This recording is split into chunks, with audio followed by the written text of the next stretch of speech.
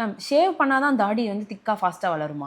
Actually ஷேவிங்க்கும் தாடியோட க்ரோத்துக்கும் எதுவுமே கிடையாதுங்க. உங்களோட பியர்டோட டென்சிட்டிங்கிறது number of hair follicles, genetics and ஹார்மோனில் டிபெண்ட்டாக இருக்குது. ரேசர் மேலே கிடையாது. ஷேவிங்கிறது மேலாப்பில் இருக்கிற ஹேர் எடுக்கதே தவிர இது எக்ஸ்ட்ரா க்ரோத் கொடுக்குங்கிறது ஒன்றுமே கிடையாது. It's a myth. Beard oil போட்டால் பியர்ட் நல்லா ஃபாஸ்ட்டாக வளருமா?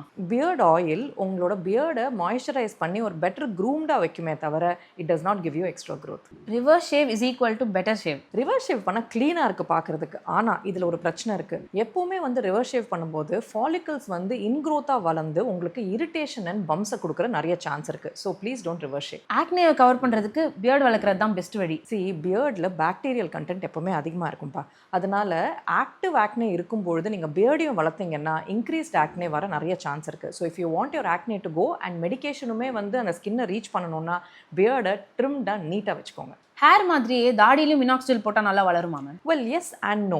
ஏன்னா மினாக்சிடில் எப்போ ஒர்க் ஆகும்? ஃபாலிக்கல் இருந்தால் தான் ஒர்க் ஆகும். ஸோ ஜெனட்டிக்லி உங்களுக்கு அந்த இடத்துல ஃபாலிக்கல் இருந்தால் அந்த ஹேரை திக்காக கொண்டு வர சான்ஸ் இருக்குது. பட் ஃபாலிக்கலே இல்லைன்னா கண்டிப்பாக மினாக்சிடிலும் ஒர்க் ஆகாது.